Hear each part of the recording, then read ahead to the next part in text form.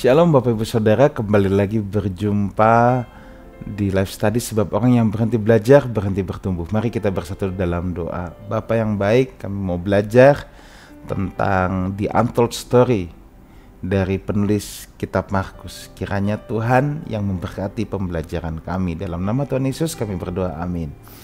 Bapak Ibu Saudara, kita masuk dalam edisi spesial yang kedua, The Untold Story of the Writer of the Gospel. Kita masuk kepada Markus. Nah, Saudara, ini lebih banyak data lagi, data eksternal di luar Alkitab ya, yang saya harus ceritakan, dan ini akan menjadi lebih menarik lagi. Langsung aja kita masuk. Rasul Markus dikenal juga sebagai Yohanes Markus. Sejak zaman gereja mula-mula, beliau dipercaya sebagai penulis dari Injil Markus. Menurut tradisi gereja mula-mula, memang Petrus yang menjadi narasumber utama untuk Markus dalam menuliskan Injil ini. Ya. Nah, jadi Markus ini Injil yang paling singkat, paling pendek. Minggu lalu saya katakan ada banyak ahli yang berkata Markus adalah Injil yang pertama ditulis. Saya nggak ada keberatan dengan itu, make sense saja. Karena semua yang ada di dalam Injil Markus itu ada di Matius dan ada di Lukas. Jadi bisa saja ini memang Injil yang pertama. Markus mencatat apa yang Petrus ngomong. Jadi mungkin ketika ada kebutuhan tulis Injil, Markus bilang, ayo guru Petrus, ceritain dong, nanti saya tulis semuanya. Nah, Matius yang sudah menerima ini karena dia juga punya experience langsung, dia lengkapi. Kira-kira seperti itu. Nah, tetapi yang jelas Bapak Ibu Saudara, Injil ini bukan ditulis untuk orang Yahudi, tetapi untuk orang non-Yahudi. Khususnya untuk komunitas Kristen di Roma. Jadi kemungkinan besar Injil ini ditulis di Roma memang, ya.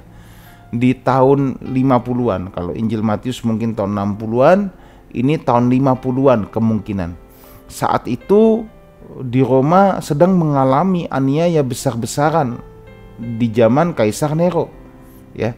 Nah, karena Injil ini bukan ditulis untuk orang-orang Yahudi tetapi untuk orang non-Yahudi, maka Injil ini yang pertama tidak mengutip nubuat PL yang digenapi di PB.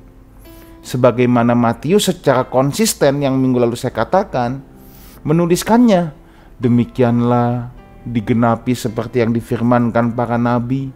Tapi kalau Injil Markus tidak, ya. Kenapa? Karena pembaca Markus juga nggak relevan. Mau nabi, kitab perjanjian lama tidak dikenal. Mereka tidak kenal kitab-kitab PL.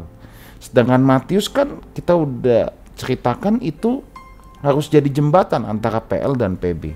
Hal yang kedua, nah kita perhatikan di sini, Markus memberikan tambahan, ya. Simon dari Kirene, ayah dari Alexander dan Rufus, itu ada di Markus 15 ayat 21. Saya akan bacakan dulu, ya. Pada waktu itu lewat seorang yang bernama Simon dari Kirene. Kirene itu satu wilayah di Afrika, tetapi kalau nama Simon itu nama Ibrani. Jadi kemungkinan ini orang Ibrani yang tinggal di Afrika. Kenapa pada saat itu mereka datang ke Yerusalem? Ingat, ini adalah menjelang Paskah. Orang-orang perantauan Yahudi diaspora yang tinggal di luar tanah perjanjian, mereka memang sebisa mungkin akan pulang ke tanah perjanjian, pulang ke Yerusalem menjelang Paskah, ya. Nah, pada waktu itu seorang yang bernama Simon orang Kirene, ayah Alexander dan Rufus, baru datang dari luar kota, dan orang itu mereka paksa untuk memikul salib Yesus. Nah, kenapa perlu dikasih keterangan tambahan Alexander dan Rufus? Nah, rupanya Bapak Ibu, kalau kita lihat kitab Roma ayat pasal 16 ayat 13, nama ini muncul lagi. Ya, coba kita lihat Roma 16 ayat 13. Salam kepada Rufus, orang pilihan dalam Tuhan, dan salam kepada ibunya yang bagiku adalah juga ibu. Jadi nama Rufus ini rupanya nama yang dikenal, saudara, ya, oleh orang-orang di kota Roma. Kitab Markus ditulis di Roma, makanya Yohanes Markus perlu menambahkan, ini loh yang pikul salibnya saja adalah Alexander dan Rufus. Rufus cukup dikenal. Bahkan keluarga ini dikenal di kalangan para rasul. Makanya ketika Paulus menulis kitab Roma, kan Paulus belum pernah ke Roma. Dia memperlihatkan bahwa dia punya kedekatan, punya hubungan yang istimewa dengan Ibu Rufus, sampai dia bilang, Ibu Rufus itu juga udah kayak ibuku loh, aku anggap ibu juga. Ada satu kedekatan rupanya dengan keluarga ini, saudara ya. Nah, Rufus ini dikenal oleh orang-orang Kristen di Roma, tadi saya katakan para pendengar Markus. Nah sekarang saudara coba, kalau kita pikirkan nama Markus, kok bisa nyelip nama Markus? Nama ini nama Latin saudara, ya. Nama Latin yang kalau diyunanikan, dihelenisasikan menjadi Markos.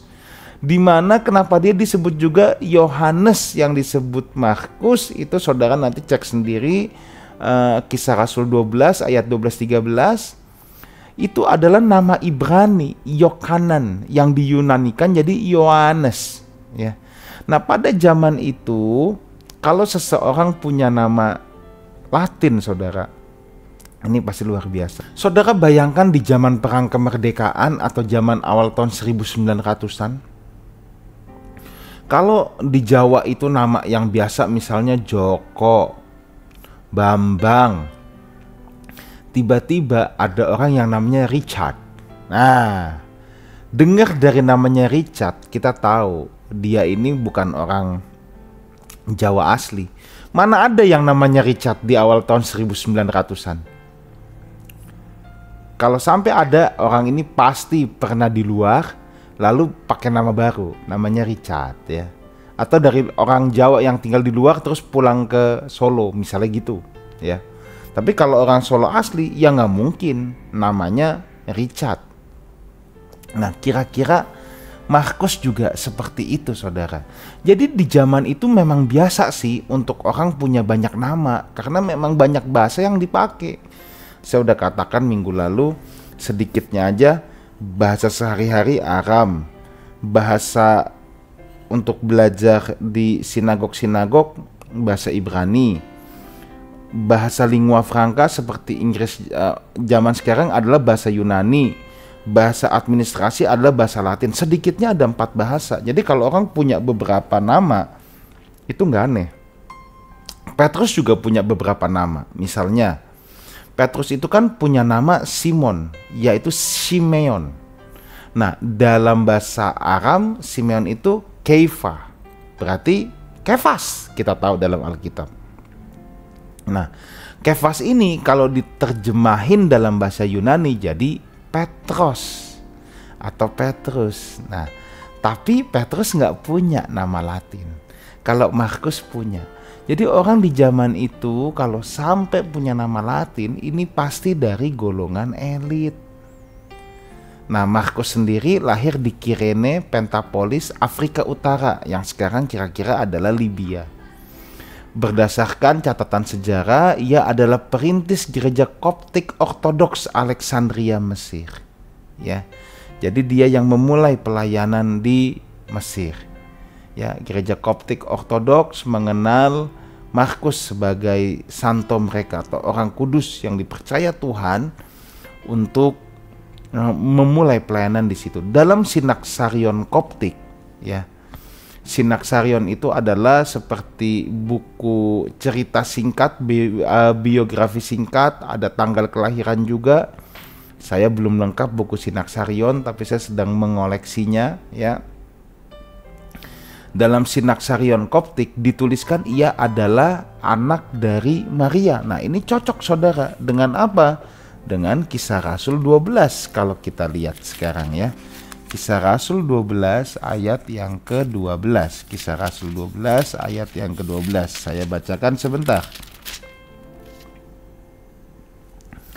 Setelah berpikir sebentar, pergilah ia ke rumah Maria, ibu Yohanes yang disebut juga Markus. Nah, dia itu anak Maria, saudara. Ya.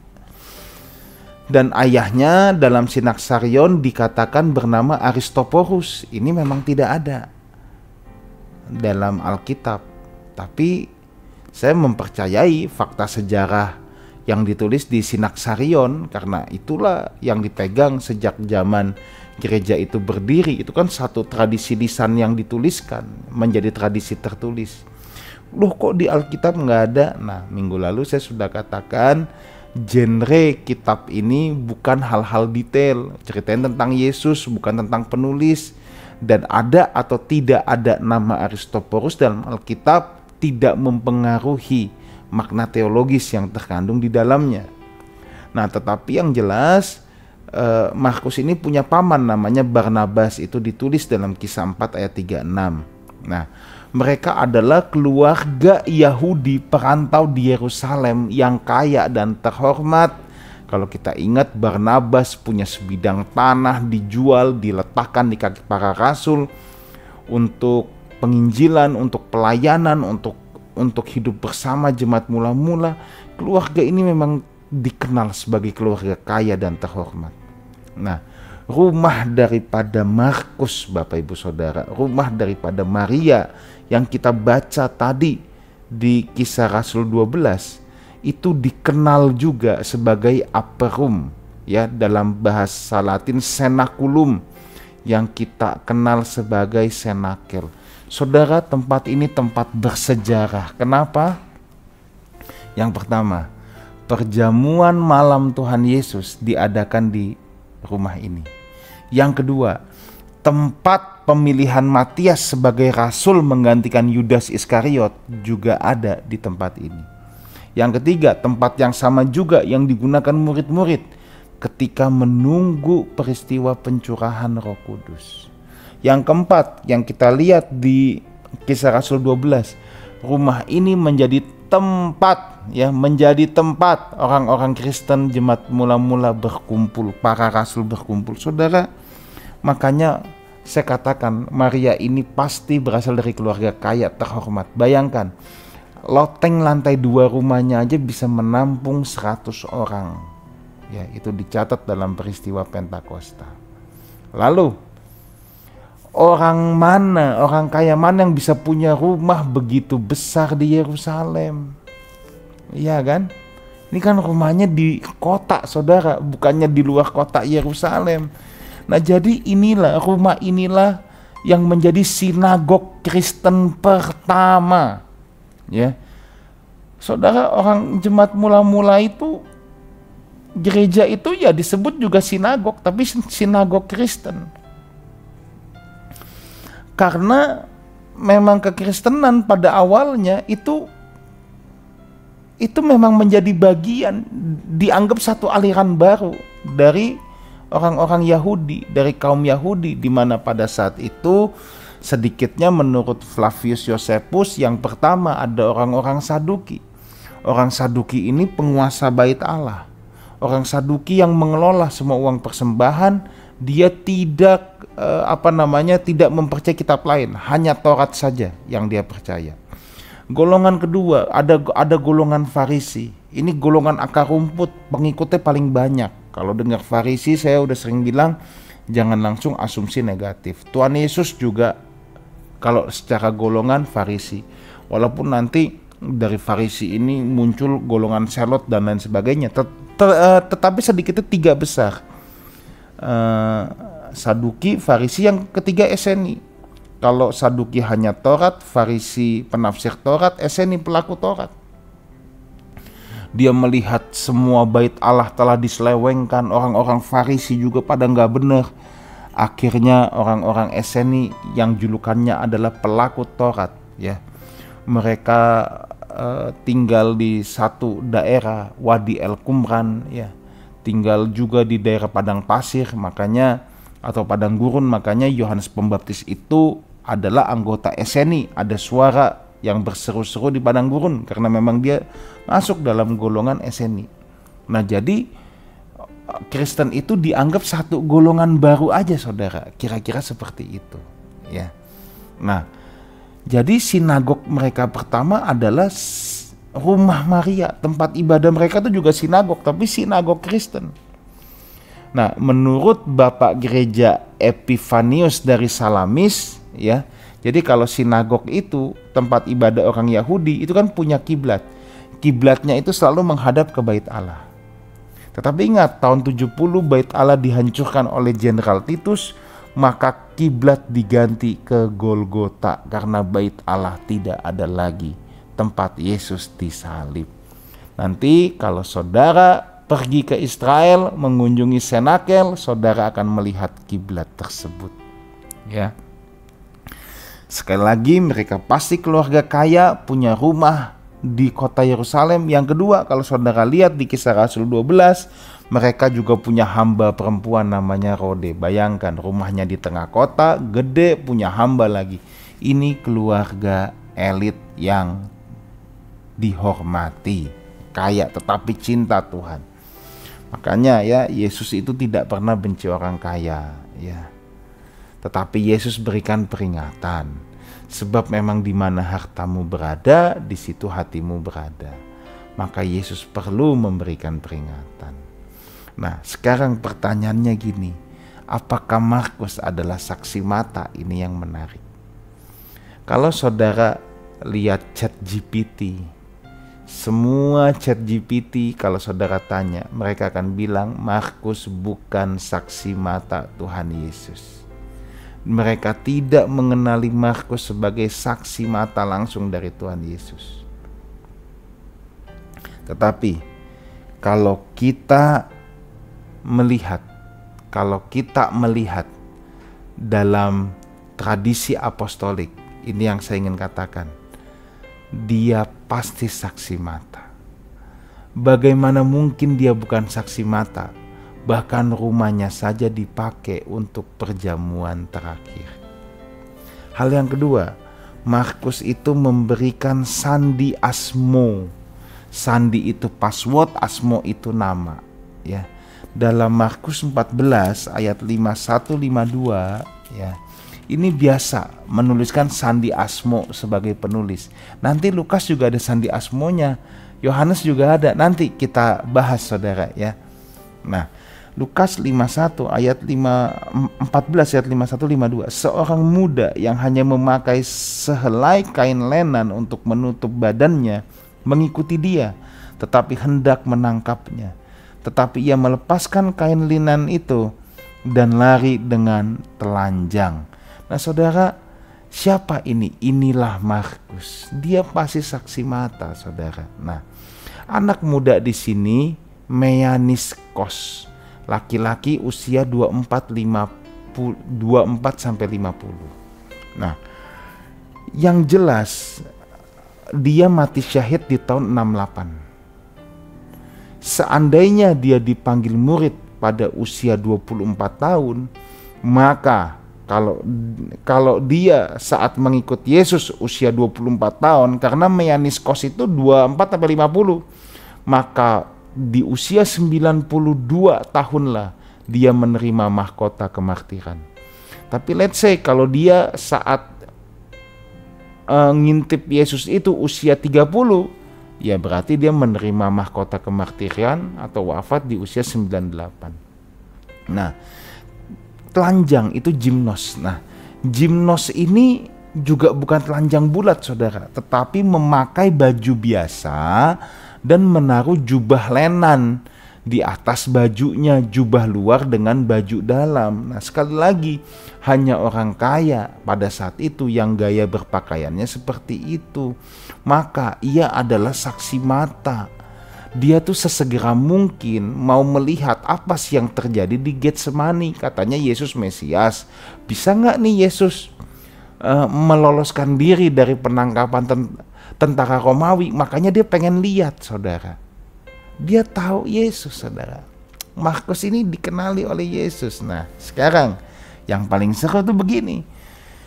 Hippolytus yang hidup tahun 170 sampai 235.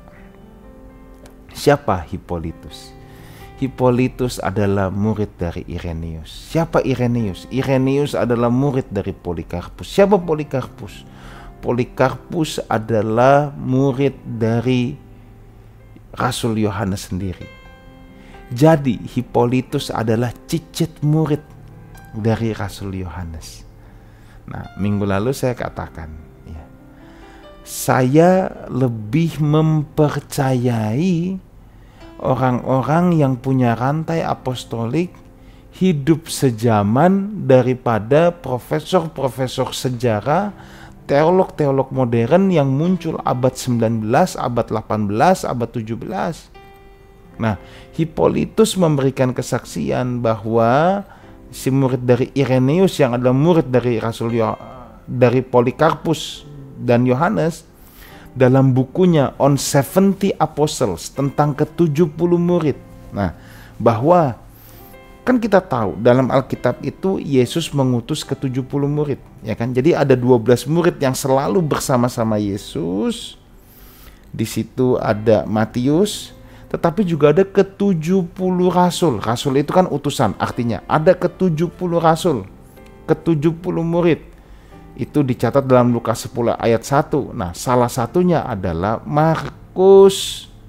Makanya dia juga bisa disebut Rasul Markus karena memang utusan juga. Ya. Nah, Markus ini juga termasuk murid yang mengundurkan diri di Yohanes 6 ayat 66. Kita ingat di Yohanes 6 ada murid-murid yang mengundurkan diri karena mendengar kerasnya perkataan Yesus, dagingku benar-benar makanan. Kenapa dianggap keras lah?